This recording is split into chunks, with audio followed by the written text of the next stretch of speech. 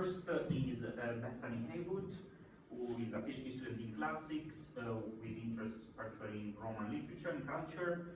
Bethany did all her study here in Nottingham, and she's now writing her PhD thesis that is with a very interesting title of "The Crowd Goes Wild: Livy's Women, Literacy, Convention, and Gender's Performance." That is very much also the topic of her paper tonight, the problematic identities of Livian daughters. So thank you, Bethany, and give the floor to you. Yes, as Alberto said, my name is Bethany Haywood. I'm a second year PhD student, and I'm studying feminine performance and complexity in Livian. So without further ado, daughterhood was the first stage in the female life cycle, and one that saw several transitions to status and identity. A Roman daughter went from a child to a sexually available young adult, to a wife, and possibly to a mother, all while maintaining this daughterly status. It is the prevailing identity that a woman held until the death of both parents. In the early empire, a daughter's legal position remained largely unchanged after her marriage, since she was still under the subject of patria potestas. A Roman daughter's existence was transactional. She would be expected to marry to further her family's position, or as part of a treaty to secure peace between families or territories, all while retaining and protecting her virginity until her marriage. Their identities as virgins and wives, and their loyalties to husband and father, all contribute to the sense that daughters exist on a social and sexual interstitial plane. This talk will consider how Livy portrays daughters in his history, with a focus on the vocabulary he employs and the structural features of the episodes in which daughters appear. I will first consider the portrayal of virgin daughters in Livy, with a focus on Virginia and Heracles' daughters. Then, I shall move to those married daughters who represent the sense of unity. And finally, there is Tullia, the antitype in both her daughterhood and wifehood. My arguments here are threefold. First, Livian daughters exist in a liminal state due to their dual potential identity as both virgin daughter and wife, and therefore, Livy casts them in archetypal roles to remove any element of ambiguity, and they give them power that stems from their interstitial status. Two, Livian daughters embody their roles, in the sense that their entire characters revolve around their virginity or wifehood, and in a similar vein, Tullia epitomizes the antitype of daughterhood to the extent that her only personality traits, such as her ambition, are rooted in her desire to act against her father. And three, Livy imbues his narratives concerning virgin daughters and Tullia with a tragic atmosphere that represents, respectively, the violability of virginity and transgressive behaviour, thereby highlighting the performative aspects of their archetypal roles.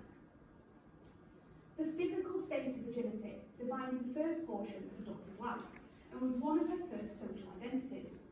Virginity was at constant risk of being violated.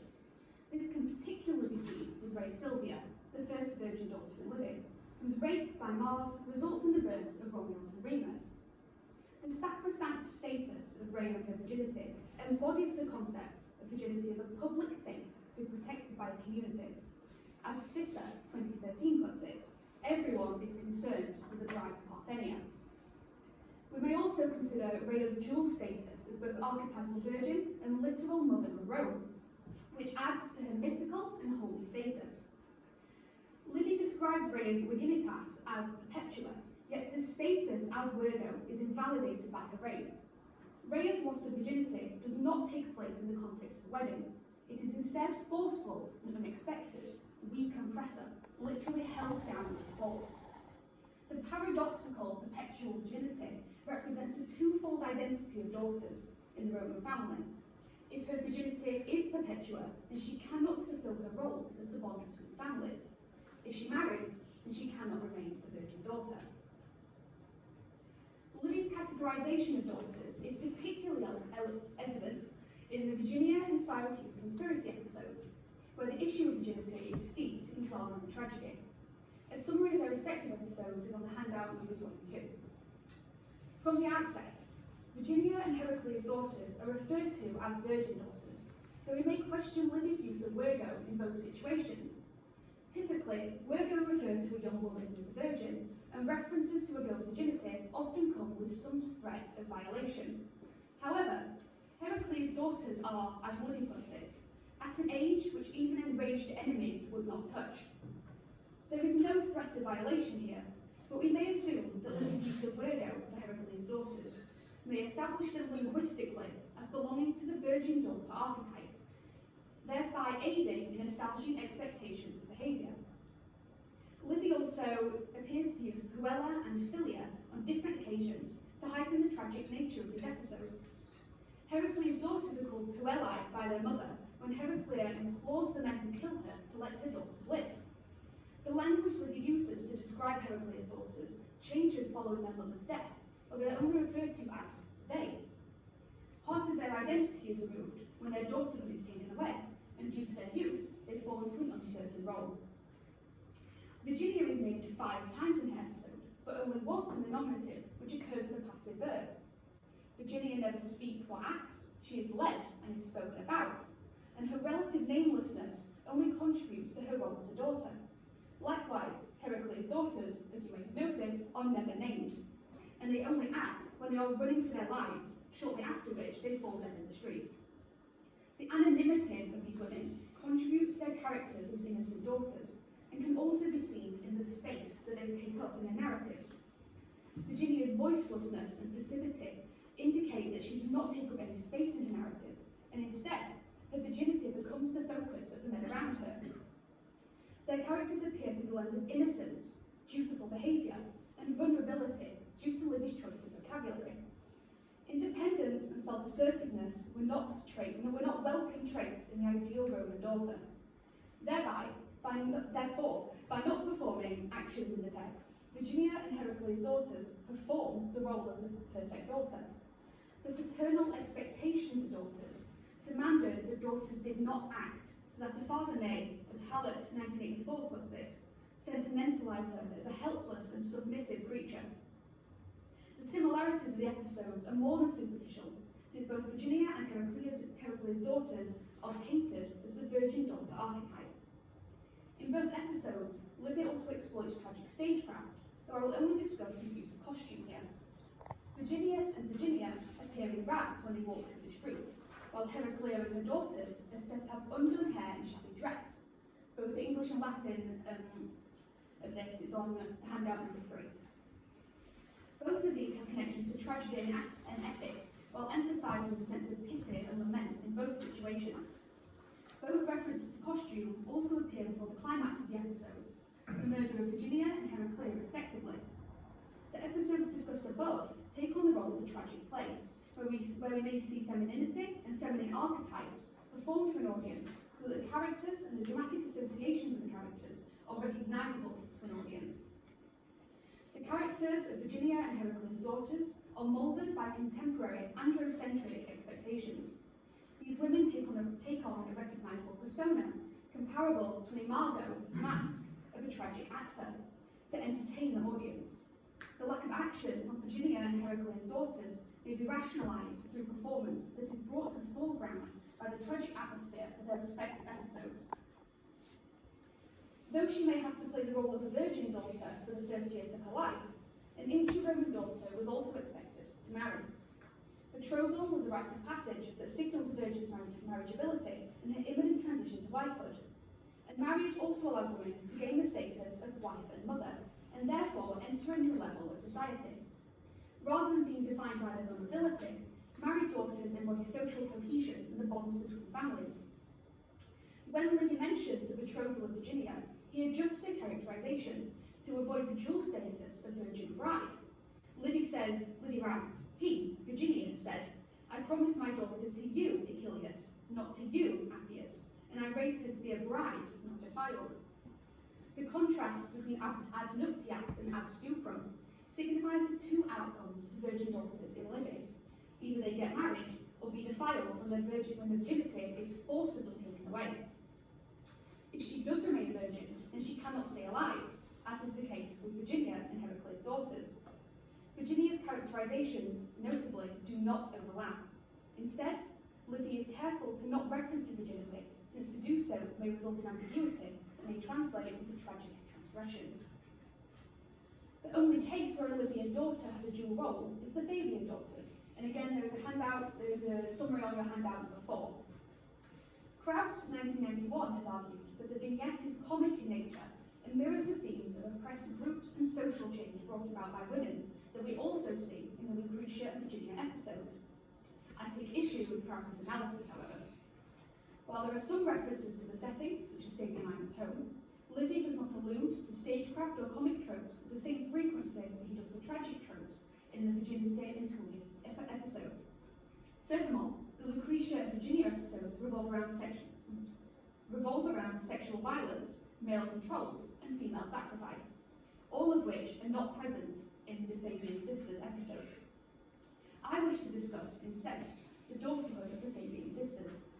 When the women are first introduced, Livy writes, Filiae duae nuptae, the 2 daughters were married, thereby establishing their role as married daughters in the text. Unlike Tullia, as we shall see, Fabian Minor's wifehood and daughterhood are not at odds with each other, as she does not neglect either role in favour of the other.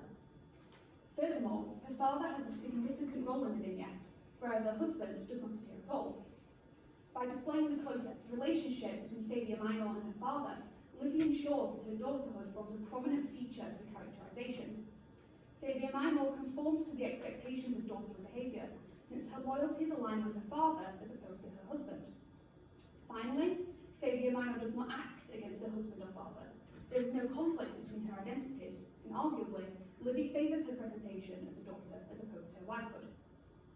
Livy establishes his female character archetypes in these vignettes, which also reveal much about the roles and expectations associated with daughters who are betrothed or married. Namely, the sense of paternal power over them, marriage as an alternative to virginity, and marriage creating interfamilial bonds. This brings us to a woman whom Livy uses to express male anxieties about the importance of interfamilial bonds centred around women, Tullia. Just as Livy narrates tales of proper daughterly conduct, so too does he present his audience with equally undaughterly acts. The narrative of Tullia's ambition and the desecration of her father's corpse is an exemplary betrayal and reversal of the father-daughter relationship. Livy uses Tullia to express anxiety about daughters and their cross-family connections through the lens of tragic tension and the subsequent catharsis and collapse of the household. The episode is summarised on the handout number 5. Though Livy frames Tullia as a daughter throughout the episode, his vocabulary shifts with the evolution of Tullia's character. When Tullia first appears as a daughter at 1.46.5, Livy narrates her and her sister's marriage to Tarquin's sons. His duo was Duae Tulliae Regis Filiae Serant. The 2 Tullias, daughters of the king, were married to these 2. When Tullia desecrates her father's corpse, his choice in vocabulary changes. Quo amens, adjutantibus fioris sororis acquiri, Tullia per patris corpus carpentem egisse virtor. Where goaded to madness by the angry furies of her sister and her husband, Tullia is said to have driven the chariot through the body of her father. Livy structures the sentence so that Tullia is surrounded by sorrow and wear on one side and pater on the other. He frames Tullia's position within the family unit without referring to her as a filia. It is important to note that Livy does not deny Tullia's daughterhood. He frames her daughterhood through the relationships that have been destroyed due to her ambition and her lack of loyalty to her parental home. Throughout the episode, Tullia's daughterhood and wifehood seem to be at odds. Livy refers to Tullia's wifehood far more than her daughterhood, even though the episode functions around the relationship between Tullias and Tullia. Livy's repeated references to her wifehood, her tragic marriage, and her movement between households reflects Tullia's discordant identity throughout the episode. Livy may present Tullia as both daughter and wife, when he otherwise makes every effort to consign daughters to one role, to bring her transgressive nature to the forefront of the episode. Tullia's split identity may represent the male anxiety of the lack of control over his daughters when she inevitably marries and is transferred to another household. Tullia's betrayal of her father is referred to later in Book 1. At 1.59, Livy narrates Brutus's recollection of Tullia's murder. He recounted the shameful slaughter of King Servius Tullius, and how his daughter drove over her father's body with her impious chariot, and he invoked the gods as avengers of parents.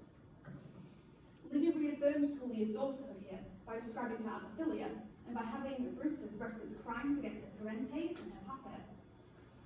Despite his linguistic focus on Tullia's wifehood throughout the episode, Livy makes it clear that his internal audience focuses on Tullia's daughterhood, thereby informing his external audience on how they should see her role within the narrative. Livy exploits aspects of tragic stagecraft throughout the episode when he crafts a setting of Rome. And let us first begin with Tullia's Carpentum, pictured here. The Carpentum takes the form of a prop that transports Tullia around the city, but particularly to and from real spaces such as the Forum.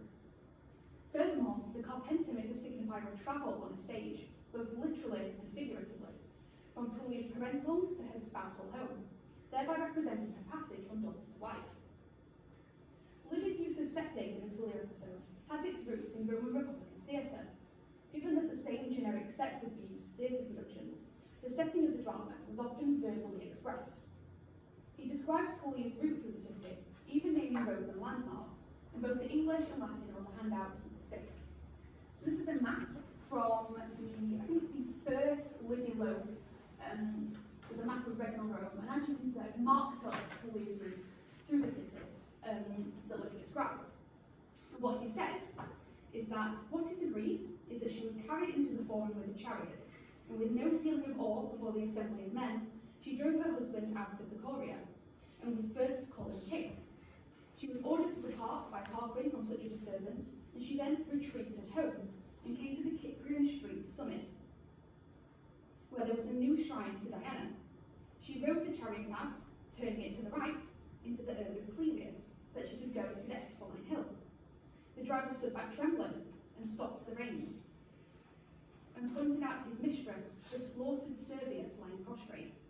The crime which is said to have occurred was detestable and inhumane, which is now commemorated in this place, which they call the Street of Pollution. We see the same technique elsewhere in Roman tragedy, most notably in Ennius's Medea Exul, when Medea's tour of Athens refers to landmarks around the city. The detail in which Livy describes Tullia's journey adds levels of realism to her story, in the sense that the topography of Rome is intertwined with her tragic action. Realism grounds the conflict as a fundamental aspect of the city itself, to the extent that Tullia's portrayal changes the landscape of Rome. When Livy does present his audience with a tragic narrative, the episode is staged as a tragedy. Livy also weaves more abstract tragic elements, such as pollution, collapse, and catharsis, throughout the narrative, to aid in the thoroughly tragic feel of the episode. So to conclude, what makes daughters in Livy so problematic? Daughters will always hold an ambiguous place in a narrative, due to their dual status and identity as both virgins and wives. Livy, therefore, attempts to assign daughters in his narrative to one role, to deny them their ambiguity, and therefore their power and possible mystique. Virgin daughters are perceived as vulnerable due to the temporary state of virginity, while Livy strives for emotionality in narratives concerning them. Married daughters are presented through the lens of stability and unity, and since married daughters are defined by their familial bonds, they are often rendered nameless, because they are qualified by their male relations. Tullia, therefore, is the epitome of the anti-daughter. In her daughterhood, she defies her father and actively brings about the end of his reign. In her wifehood, she sows the seeds of discord between the families she was intended to unite. To avoid the problematic implications of a daughter's dual identity, Livy casts daughters into archetypal roles. The episodes where these daughters feature are then also imbued with tragedy.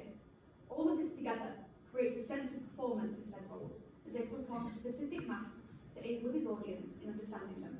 Thank you.